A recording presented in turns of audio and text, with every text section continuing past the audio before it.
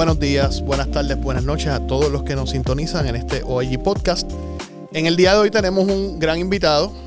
Fue presidente del Colegio de Abogados, jurista, y actualmente se desempeña como decano de la Facultad de Derecho de la Universidad Interamericana, además de otras cosas que podríamos hablar aquí.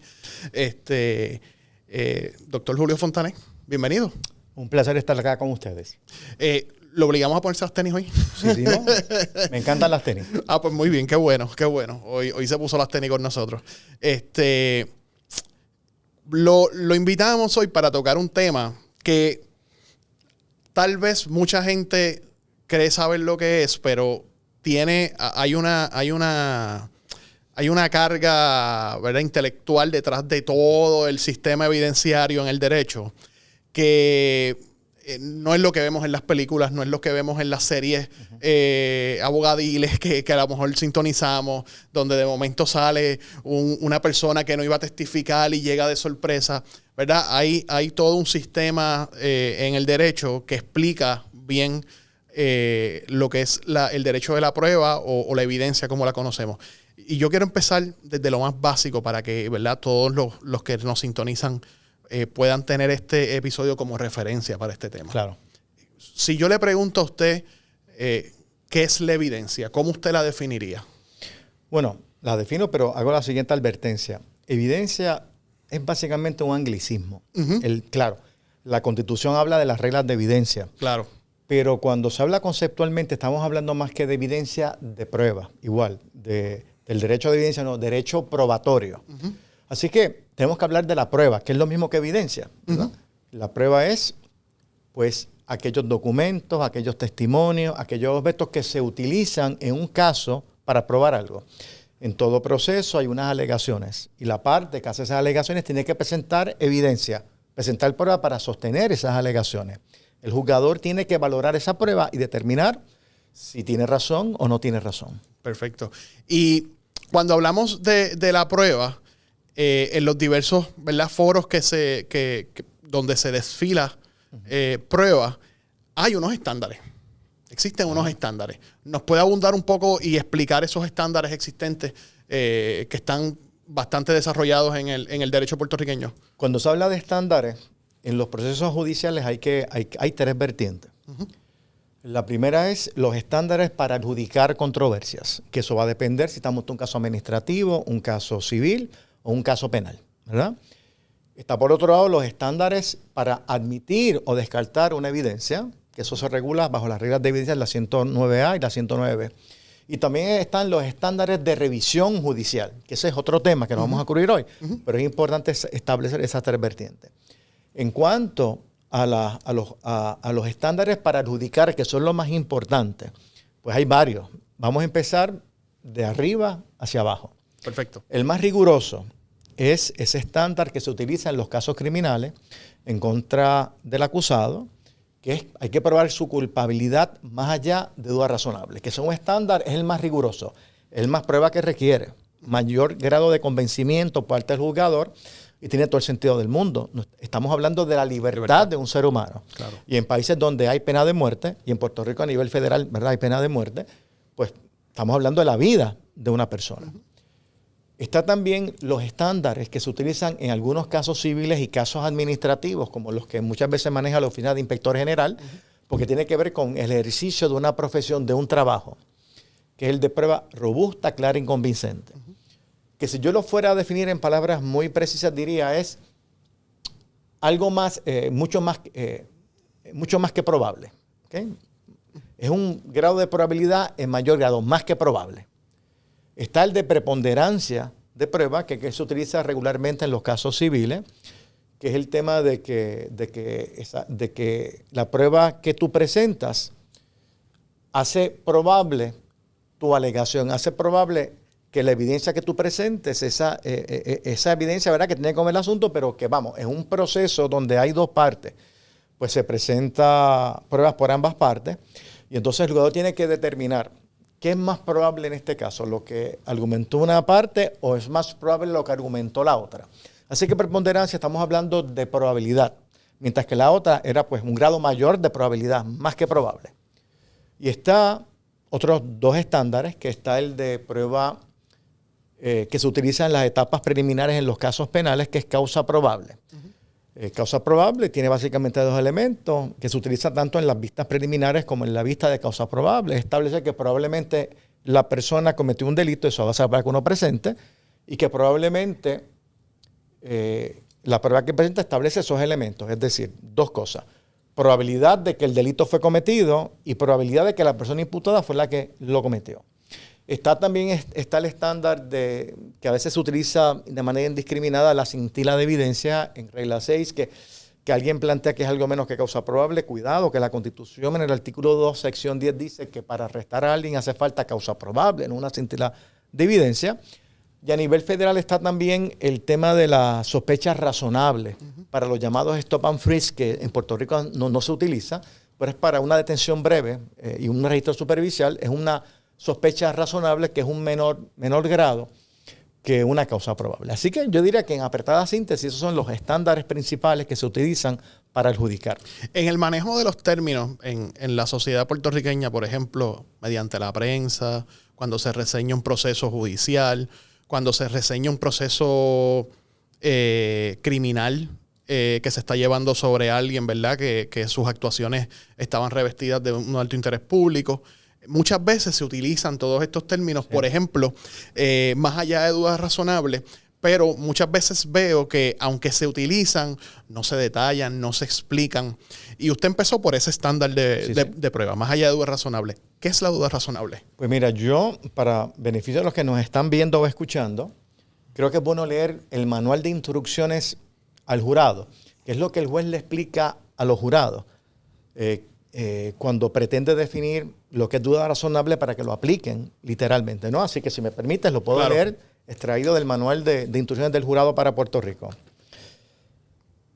Para que sea más allá de duda razonable, la prueba, además de ser suficiente, tiene que ser satisfactoria, es decir, que produzca certeza o convencimiento en una conciencia libre de preocupación o un ánimo no prevenido. El grado de prueba que se exige al Ministerio Fiscal es aquel que satisface la conciencia y convence la razón. Satisface la conciencia y la razón porque usted se va tranquilo a dormir sabiendo que se hizo justicia. Por eso, tanto los elementos del delito como la relación de la persona acusada con el delito deberán ser probados más allá de duda razonable. La duda razonable no es cualquier duda posible. Tampoco puede ser una duda imaginaria o especulativa. La duda razonable que justifica la absolución es aquella que surge de una serena, justa e imparcial consideración de toda la evidencia o prueba admitida en el juicio. Ustedes podrán llegar a la decisión de que existe duda razonable cuando, después de haber examinado, analizado y comparado cuidadosamente y de manera imparcial toda la prueba, en un ánimo quedan firmemente convencidos y convencidas de que no pueden llegar a la verdad en el caso. Es decir, que la conciencia de ustedes queda insatisfecha con la prueba que se haya presentado para sostener la acusación. Es una explicación que es muy subjetiva, pero fíjate que cuando mencioné algo que vi que sonreíste, pero es que quizás es el mensaje más claro, es que uno pueda dormir tranquilo. Sí, creo que es muy humano. Sí, los textos normativos de derecho tienden a abstraerse en la ley. Es correcto. Y en los reglamentos. Y en el black and white de lo que es la letra de la ley. Sí. Pero el derecho procesal, yo, ¿verdad? Lo veo como que es un poco más humano. Y en ese sentido, que estos son procesos, ¿verdad? Porque esto es parte del proceso. Tal vez eso se le lee al jurado. Son 12 personas que ahora se requiere unanimidad. Creo que, ¿verdad? Como lo veo, es que esa definición tiene características muy humanas. Esto de dormir tranquilo es muy humano. Sí, porque fíjate que yo hablé de muchas cosas según la introducción, pero lo más que uno puede entender y es más fácil de explicar y aplicarse uno mismo es eso que decidí. ¿Puedo dormir tranquilo o por la noche digo, caramba, yo habré obrado bien, me habré equivocado? Bueno, pues haya habido duda razonable, ¿verdad? Así es que sigue siendo subjetivo, pero bueno, es que juzgar a otra persona, a un semejante, tampoco es fácil, ¿no? Sí, y más cuando, como usted dijo, ¿verdad? En este estándar de prueba en que estamos discutiendo, que es más allá de duda razonable, que se usa en casos criminales donde está la libertad o la vida de alguien envuelta, siempre me acuerdo del salón de clases en la Escuela de Derecho. Yo tuve un profesor de apellido Negrón Portillo, lo debe conocer muy bien.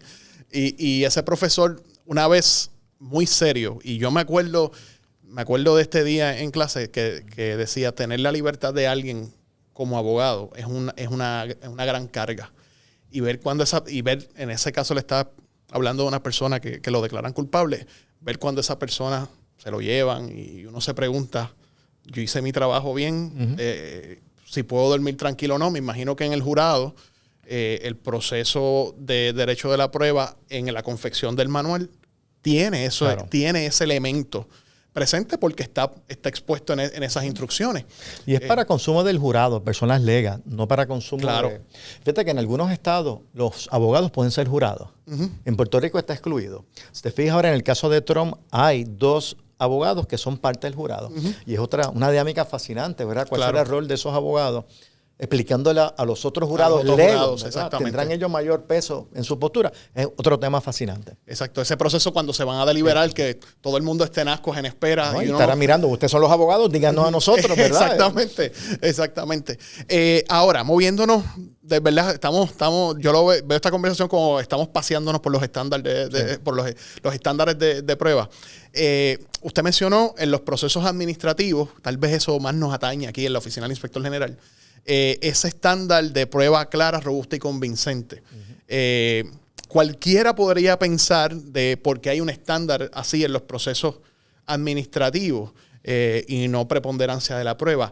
¿Qué el legislador, verdad, entendiéndose que esto es una ley, aunque verdad hay un proceso de cómo se confeccionan las reglas de evidencia, qué valores se están tutelando para que el estándar de prueba en los procesos administrativos sea el de prueba clara, robusta y convincente y no el mero estándar de preponderancia de la prueba? Hay un interés libertario y propietario porque este estándar el Tribunal Supremo lo vino mucho a esbozar y a explicar en asuntos donde procesos éticos contra los abogados, que si te desaforan, bueno, no vas a la cárcel.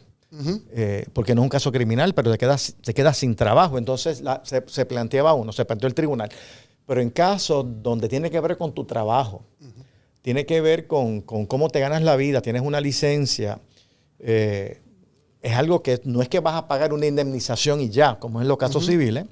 Es decir, tiene una consecuencia más significativa. Bueno, el estándar debe ser mayor para quitarte una licencia o para quitarte un empleo.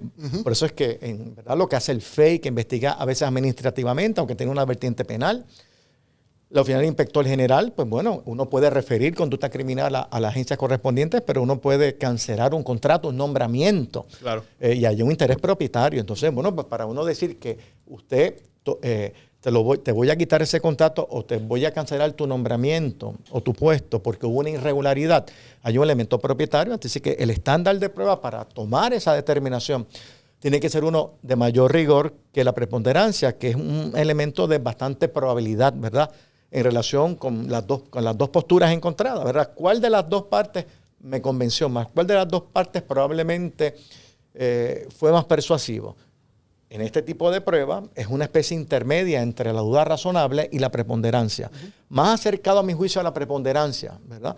Pero ciertamente requiere mucho más que la preponderancia, ese grado mayor de probabilidad. O sea que si usted fuera a evaluar el estándar de prueba clara, robusta y convincente y usted fuera a balancearlo hacia uno de los dos extremos, usted diría más en su lectura que se balancea más a preponderancia.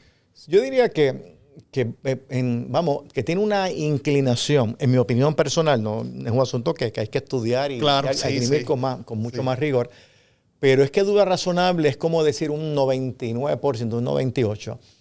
Y esto es como un 70%, 74%, si fuéramos a tratar de arbitrariamente poner un porcentaje, ¿no? Okay. Así que yo lo veo más cerca de la preponderancia, pero a una distancia prudente.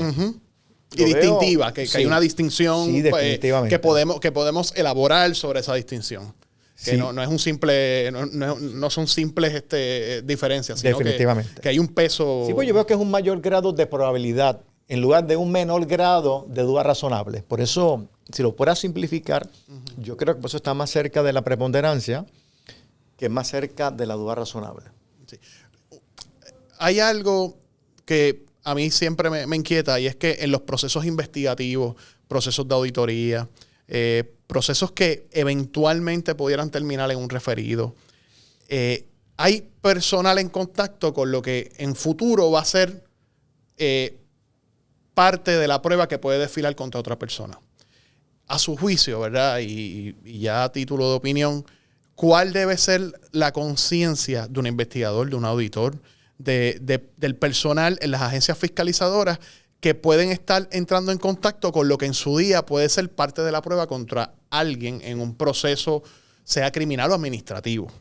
Mira, es una pregunta muy honesta de tu parte, es una pregunta muy importante, porque yo podría compartirte de que en muchas ocasiones el ente que investiga, sea fiscalía, sea la policía, inclusive los jueces que están en la etapa inicial e intermedia del proceso, muchas veces plantean que no hace falta tanto rigor al principio porque en el juicio eso se va a esclarecer. Es decir, como que voy a ser superficial o si quizás es injusto utilizar superficial, quizás ser poco riguroso. Estoy investigando, ya tengo esta prueba, yo creo que esto debe ser indicativo de lo otro. Así es que lo someto y que allá decidan. Yo creo que el ente que investiga debe ser más responsable. Es decir, no esperar que en los procesos que siguen a continuación es que se va a poder terminar la investigación o se va a poder precisar. Yo creo que cuando uno dice, voy a presentar esta querella, en el caso de la Oficina de Inspector General, voy a presentar esta denuncia, en el caso de los policías o los fiscales, uno debe estar convencido de, aunque en esa etapa no tienes que probar duda razonable o prueba clara, robusta y convincente, pero tú debes analizar, a la luz de lo que yo tengo al día de hoy, estoy en posición de que de aquí a 3 meses, 2 años, poder decir que cuando yo sometí este caso ya existía la posibilidad de condenar a esta persona más allá de razonable o de encontrarlo responsable con pruebas robustas, claras y convincentes. Yo creo que ese debe ser el estándar que un investigador, el que inicia el proceso, debe satisfacer. Si vas pensando que no, esto se cuadra al final, esto es lo que nos falta, va a aparecer. O quizás la gente empieza a buscar transacciones, porque esa es otra cosa que pasa mucho en lo criminal, eso en lo administrativo. Una vez inicia el proceso, se parte de la premisa de que, es que va a haber una negociación, por lo tanto no hay que ser tan riguroso. Yo creo que eso es un error. Y en ese sentido yo creo que el que inicia la querella, el que inicia la denuncia, debe estar convencido de que a ese momento en que dice voy a instar esto, ya tengo pruebas suficientes para satisfacer el quantum de pruebas que el proceso adjudicativo correspondiente me requiera. Una pregunta, usted, esa contestación me llama la atención y me lleva al choque tal vez formativo que tuve con el proceso de estudiar, ¿verdad? Derecho en las vertientes procesales y sustantivas, y era que uno venía con el pensamiento, escuchando lo que pasa a diario en este país en estos distintos procesos, eso mismo, esa es la percepción que uno tiene. Bueno, eso al final en el juicio se va a ver bien, o eso lo van a argumentar mejor en esta etapa del juicio, pero en los procesos antes, por ejemplo, de un juicio criminal, toda la prueba que se está manejando parte de una premisa de que es prueba admisible eventualmente, por lo tanto, tiene que gozar de un valor probatorio. ¿Usted cree que esa parte de que en esos procesos anteriores haya se le ponga un apellido como que, mira, sí, estos son procesos que no tienen el rigor del juicio, pero tiene que ser con prueba admisible? ¿Usted cree que esa frase de prueba admisible viene con todas, ¿verdad? Con que la prueba sea bien elaborada, bien trabajada, bien investigada y recopilada de forma, ¿verdad? Según el debido proceso de ley? Bueno, esa frase que tú mencionas viene de la regla 103F de la de evidencia, que se refiere más a la vista preliminar, que es donde siempre ha habido ese cuestionamiento. Entonces, claro, se plantea en lo criminal, pero puede extrapolarse a lo que hacemos administrativamente. Claro. Es que en etapas preliminares no son pro forma, pretenden ser sedazos para ver si este caso se justifica o no se justifica. Una cosa es yo tener una prueba disponible y pensar que no es necesario en esta etapa, que yo pensar que tengo disponible una evidencia de dudosa admisibilidad. Y que mi caso depende de esa evidencia. Pues yo creo que entonces eso hay que esclarecerlo desde un principio. Porque si tu caso, su fortaleza, dependen de una evidencia de dudosa admisibilidad, yo creo que ese asunto hay que dirimirlo inmediatamente, no el día del juicio. Pero como se va a declarar culpable o va a llegar a un acuerdo, eso no va a pasar. Yo creo que eso está mal. Y eso muchas personas lo hacen lamentablemente, pues porque las etapas intermedias en los procesos no son tan rigurosas, no son tan depuradoras. Es como que eso se resuelve en el juicio. Pero entonces llega esto al juicio y ¿qué dice el juez? Pero ya esto me llegó, ya yo tengo que disponer de esto de una manera u otra. Es decir, ¿y qué pasó con los sedazos previos? ¿Qué pasó con el rigor que esa vista de causa probable, que esa vista de vista preliminar o los procesos que hay a nivel civil y administrativo para cuestionar las demandas, las querellas, ¿verdad? Que se presentan para que el asunto no llegue a juicio, ¿verdad? Desde sentencias sumarias y así por el estilo. Pues supone que los jueces sean rigurosos en esa etapa y que se aseguren de que la prueba que tiene la persona que es necesaria para probar sus alegaciones la tiene disponible y es admisible. Y yo creo, como dije anteriormente, que a veces se insta el proceso, quizás hay unos periodos de términos prescriptivos corriendo, esto hay que correrlo y presentarlo antes de que prescriba, pero entonces te das cuenta que te faltaba mucha investigación. Así que es medio un catch-22, o me prescribe o someto y después lo fortalezco. Claro, esto puede ser una excepción, pero me parece que es importante que desde un principio las partes que instan una acción civil, administrativa, penal, tengan la evidencia y no es necesariamente esperen. Claro, en los civiles quizás, en los casos civiles hace falta un discovery de prueba, quizás la prueba la tiene la parte demandada. Pues bueno, ese es otro tema, pero en el ente administrativo y en el ente criminal ese no puede ser el escenario. Exacto. En los procesos administrativos, una vez, hace mucho tiempo atrás, me cayó un proyecto en las manos de alguien, ¿verdad? Un legislador que bajo el raciocinio de que los procesos administrativos están altamente, o sea, revestidos de un interés público. Pues claro, había que eliminar esa frase que, ¿verdad? Que ese principio de ley que dice que las reglas de evidencia no obligan no son obligatorias a seguirlas en el proceso administrativo. Y el proyecto de ley partía de la premisa de que aquí hay intereses propietarios, aquí hay intereses, ¿verdad? Que la ley tutela y por lo tanto la obligatoriedad de las reglas de evidencia en los procesos administrativos es la mejor manera de formalizar los procesos de presentación de pruebas en los procesos administrativos. Pero a la vez este proyecto fue yo creo que no tomó vuelo, pero a la misma vez vemos que en los procesos administrativos las reglas de evidencia sí tienen algún tipo de impacto, se siguen. ¿Cómo usted ve? En ese, me acuerdo para ese momento hubo una discusión pequeña sobre el asunto. ¿Cómo usted lo ve en los procesos administrativos como tal? Las reglas de procedimiento administrativo uniformes que hay en Puerto Rico nos plantean de que las reglas de evidencia no aplican, pero que los principios fundamentales pues sí son de aplicación. Claro, entonces hay que uno preguntarse cuáles son esos principios fundamentales. Yo imagino que la exclusión de prueba de referencia es un principio fundamental. Los privilegios son principios fundamentales que se van a aplicar. Así es que un tema complicado, ¿verdad? Esto de que solamente los principios fundamentales. Yo creo que va a depender mucho del que presida esa audiencia administrativa, de ese oficial examinador, porque recuerda que las reglas de evidencia se hicieron un principio cuando surge el jurado. Era para proteger a esos legos de que no le llegue evidencia, que ellos le den un peso que quizás no se justifica.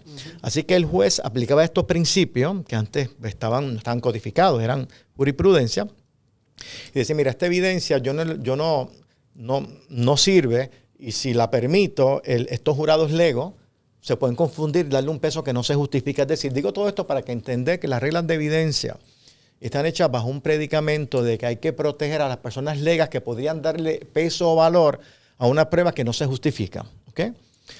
Un examinador va a ser normalmente abogado. Bueno, igual que los casos por tribunal de derecho, ¿no? En ese sentido, pues esa protección no es tan necesaria. Es decir, yo no me inclinaría a pensar que todas las reglas de evidencia deben aplicar, sino quizás como acontece en las vistas preliminares, que en los elementos del delito o en el vínculo del acusado con la conducta que se le imputa debe ser con evidencia admisible.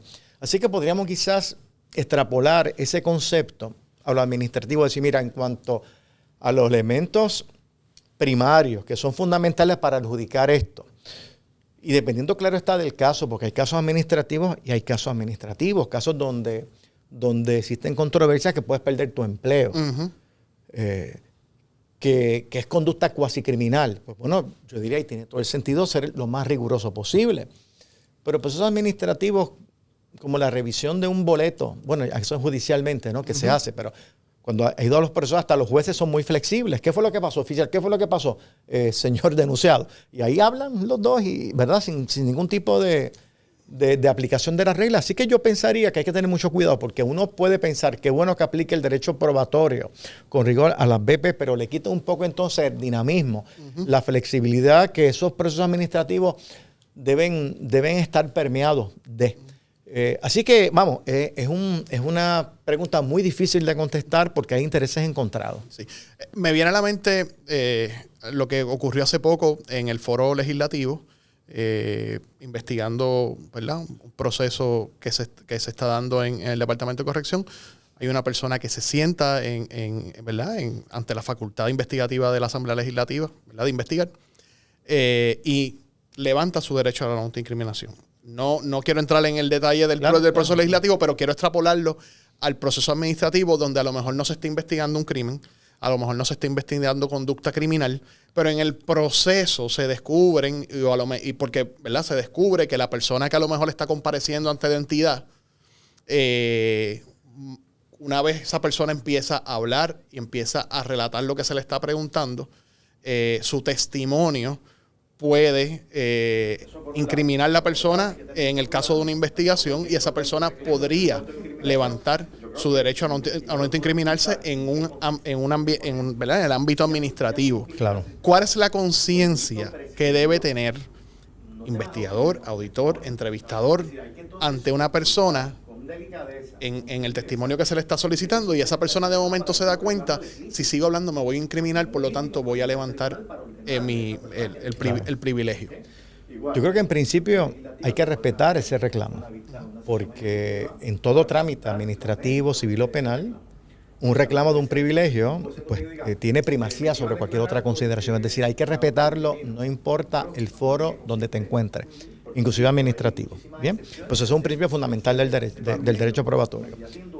Eso por un lado. Pero por otro lado hay que tener mucho cuidado, porque tampoco es que yo venga y reclamo el privilegio de autoincriminación. Yo creo que el investigador puede ocultar en qué consiste. Porque, por ejemplo, si ya tú cumpliste la sentencia o el delito prescribió, no te vas a autoincriminar con tu testimonio. Claro. Es decir, hay que entonces ocultar con delicadeza, con sutileza, en qué se sustenta ese reclamo para ver si es un reclamo legítimo. Porque si no es legítimo, puedes ir al tribunal para ordenarle a esa persona que declare. ¿Okay? Igual, en la Asamblea Legislativa tú puedes hacer una sesión ejecutiva para ocultar los méritos de ese reclamo. Porque tan puede ser que un testigo diga, me niego a declarar porque me autoincrimino. Pues no, pero vamos a ver en qué consiste. Porque, insisto, hay muchísimas excepciones a ese privilegio. Como si ya te indultaron, ya cumpliste la pena, o el delito está prescrito, te pueden obligar a declarar. Claro. Licenciado Julio Fontanes, ha sido un placer. Gracias por ¿verdad?, decir presente aquí en este nuevo proyecto de la Oficina del Inspector General. A todos ustedes, gracias por su sintonía. ¿Verdad? Los invito a que se mantengan pendientes a las diferentes páginas de redes sociales de la Oficina del Inspector General, donde vamos a estar avisando los nuevos episodios que vienen. Búsquennos, ¿verdad?, en todas esas plataformas para que estén al tanto con el contenido que estamos trabajando para todos ustedes. Muchas gracias, buenos días, buenas tardes y buenas noches a todos. Hasta luego.